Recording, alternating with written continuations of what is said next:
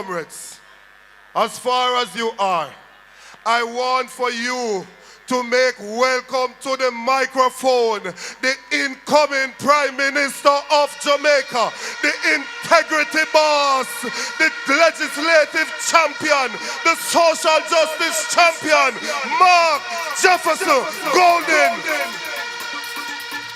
Pull up, selector. Comrade chairpersons of the meeting, all of the distinguished comrades on the platform, special shout out to Mrs. Golden.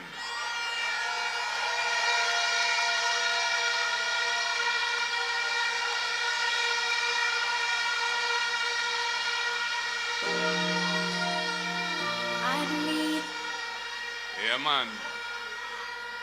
Boy, this must be the biggest crowd in history ever come to a parish meeting. Crossroads, jam up and block up. Crowd gone way down, so way below Carib. Way up, so. Way round, so. PNP River really come down bank to bank. I want to thank everybody who has come here tonight to show their support for their party and to show their love for their country, because time come for a better life and we have to make it happen, and it starts with you, and I know you're going to make it happen.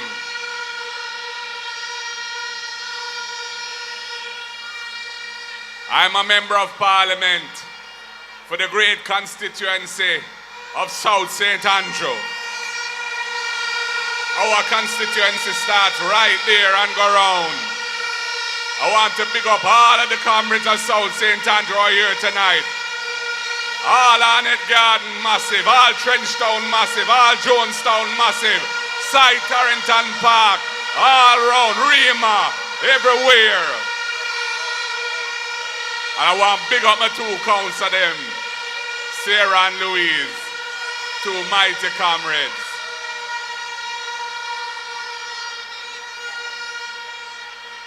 Comrades and friends, I want to big up all of the people who are watching us tonight on the internet or in whichever way this mighty conference is being distributed.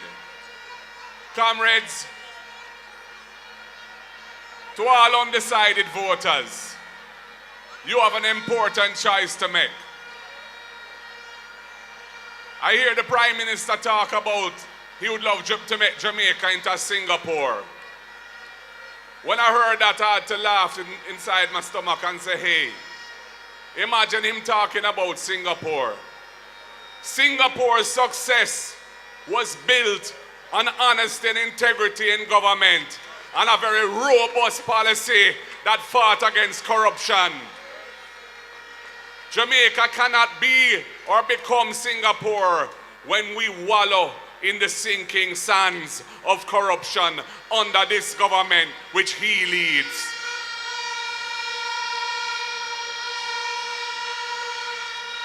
That is why we are committed to the necessary reforms to improve accountability and transparency in this country. We are going to introduce the impeachment procedure, because it sick my stomach when I saw the video of a member of Parliament with a big stool in a car park beating up a woman bad, and nothing never come out of it. And that same person is running again for the Jamaica Labour Party in the biggest disrespect to women in the history of the country.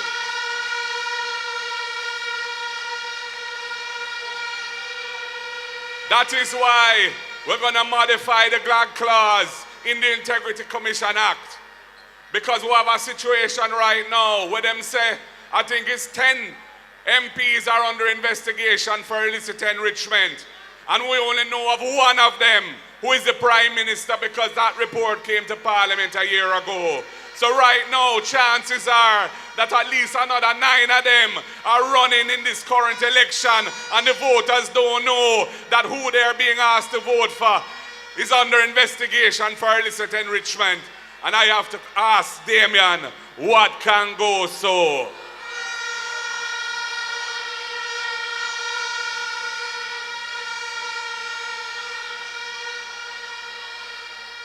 Yes, that is why we're going to look at term limits for prime ministers, and we're going to look at fixed election dates. Because if the people of Jamaica say they want those reforms, we will give those reforms to them.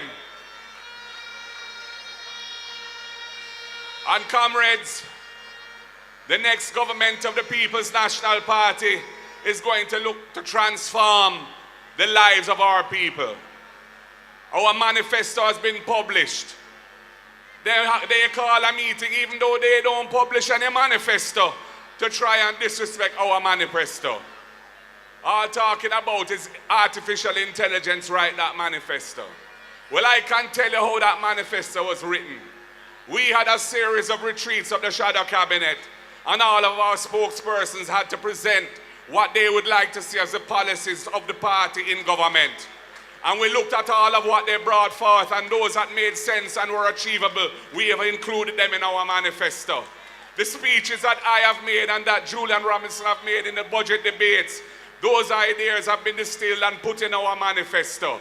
And I personally edited the manifesto a week ago to make sure that everything in it was something I felt comfortable with. So there's no artificial intelligence in that manifesto. It's real intelligence in the manifesto, and it's a pathway to give a better life to Jamaica.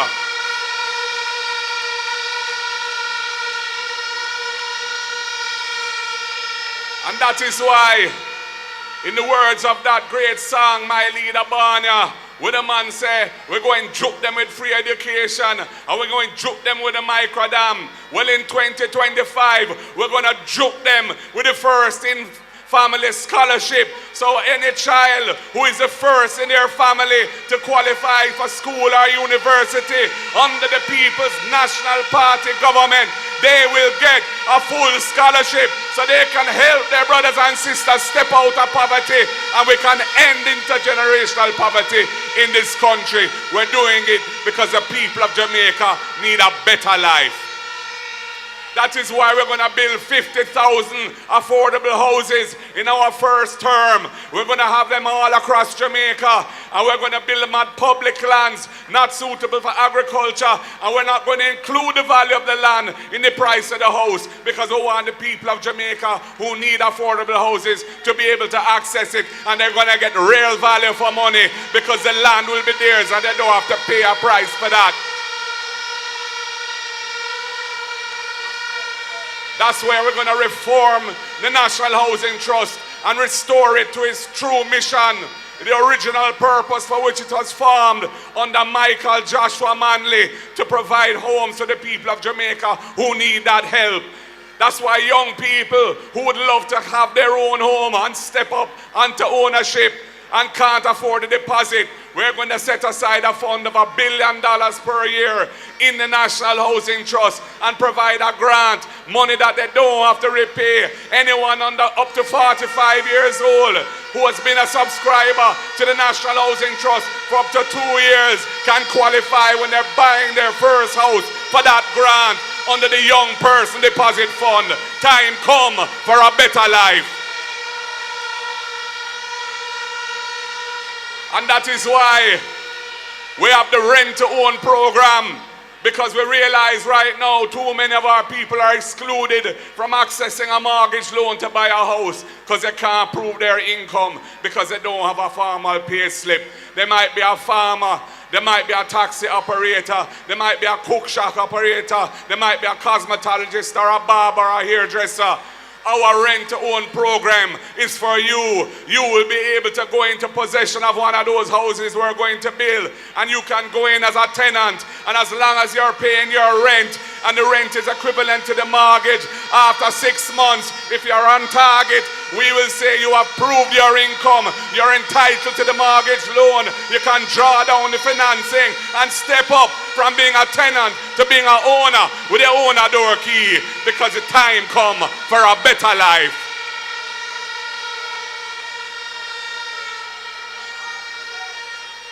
This is why when it comes to land ownership, we have to change some of the oppressive laws that are inherited from way back in colonial times, when they said if you're occupying public land, you can't become entitled to own that land unless 60 years has passed. That was a time when the life expectancy of people on earth was not even 60 years. They never wanted anybody who didn't already own land to ever acquire land. Well, we are going to change that law now. We're going to bring that 60 years down to 25 years. And if you've been living on that land for 25 years, you're entitled to be a owner and get your title. And the People's National Party is going to help you to do so. Time come for a better life. And we have our Porsche program. For all of the unfinished Operation Pride schemes around Jamaica, we're going to complete the infrastructure and make sure you get your title. And for all of the informal settlements out there, we're going to do the same for you too under the Porsche program, because we want our people to be owners of this country. No second-class citizen. No, we believe time come for a better life. And when it comes to the workers of this country, I don't care if them feel it's a disrespect to say I am like a security guard. Me not better than no security guard. Me not better than nobody. I just come here to serve my people. Born here, grow here, live here, me nah live here.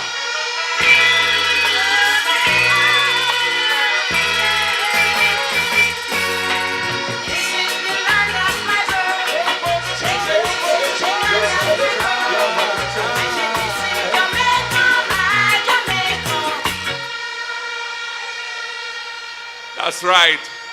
And that is why any worker in Jamaica, public sector or private sector, security guard, police officer, anybody who earns overtime, if your total income is under $6 million a year, you will no longer pay tax on your overtime money. You will get it tax-free. Your take-home pay will go up. The People's National Party is looking out for you, because time come for a better life. And for all those workers in the various industries where they use this short-term contract mechanism to keep you dangling from a string, and you don't have any security in your job, and certain benefits you don't qualify for because they don't treat you as employees. Help is on the way. The next PNP government is going to fix that situation. If you're a real worker and you're working for the employer, you will have to be treated as such under the law. Time come for a better life.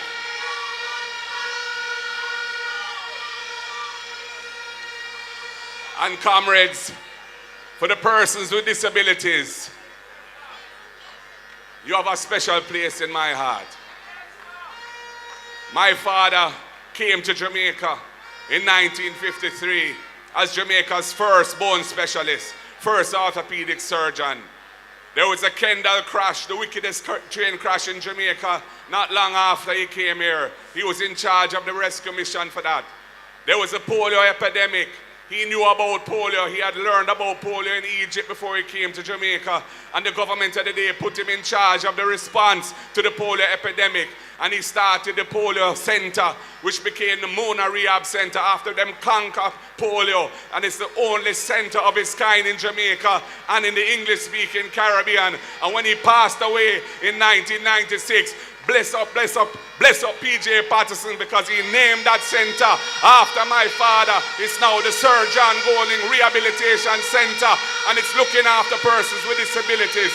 And that is why we're going to have a $1 billion fund replenished every year to support persons with disabilities on top of any other benefits in the government system, so that they can get money to do a little work at home, so they can earn a living. We'll fix up the sidewalks, we'll help with the assistive aids, we'll help with the prostheses, etc. Because the people of Jamaica who are persons with disabilities deserve to be treated as first-class citizens in an inclusive and caring society. Time come for a better life.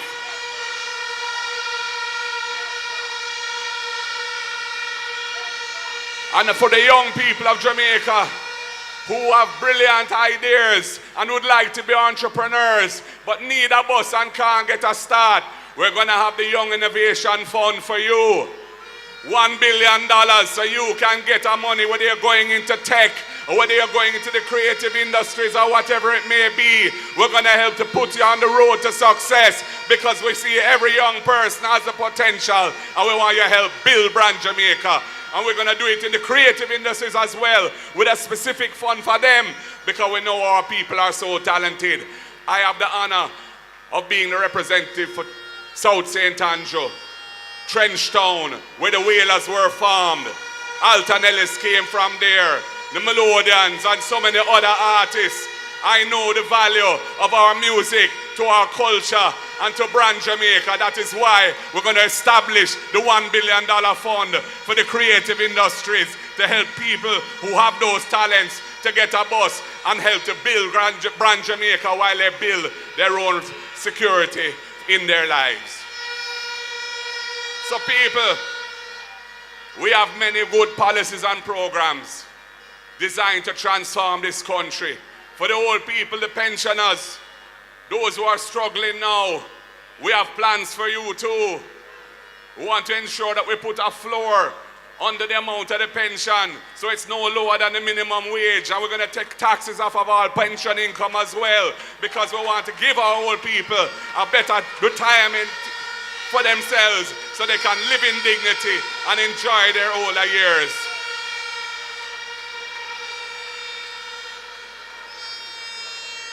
We are at a turning point, Jamaica. We are at a time when you can either choose the party that has a progressive manifesto of ideas that are tackling the real challenges facing our people, to make our people more resilient, to give our people hope, to improve productivity so we can attract real investment, so that we can generate the wealth that this country deserves to have and take our island to a higher level. A government that will be built on principles of accountability and integrity in public life. A government that you can have trust and confidence in. And a government that deserves the opportunity to prove what it can do for you and for all of Jamaica. Or you can stay where we are, wallowing in the quicksands of corruption, with a stagnant economy. A stagnant economy run by persons who don't know how to do anything different to what they're doing now, which is not working for Jamaica. The choice is clear, and I say to each and every one tonight, put your X beside the head on September the 3rd, and let the People's National Party run the next race, the next leg of this journey of national development. We have done it before, we will do it again, and I look forward to the opportunity to serve you at that level. So comrades and friends, I ask you tonight, are you ready for the victory? Are you ready for the People's National Party? Are you ready for a better life? Comrades, you are ready. X beside the head, no distractions, no intimidation, no bribery, no hanky-panky. We're going to do it with clean hands and a pure heart. We're going to do it for you. Do it for your family. Do it for your children. Do it for your grandchildren. And do it for Jamaica, land we love. One love, comrades. God bless you all. The word is love. Our next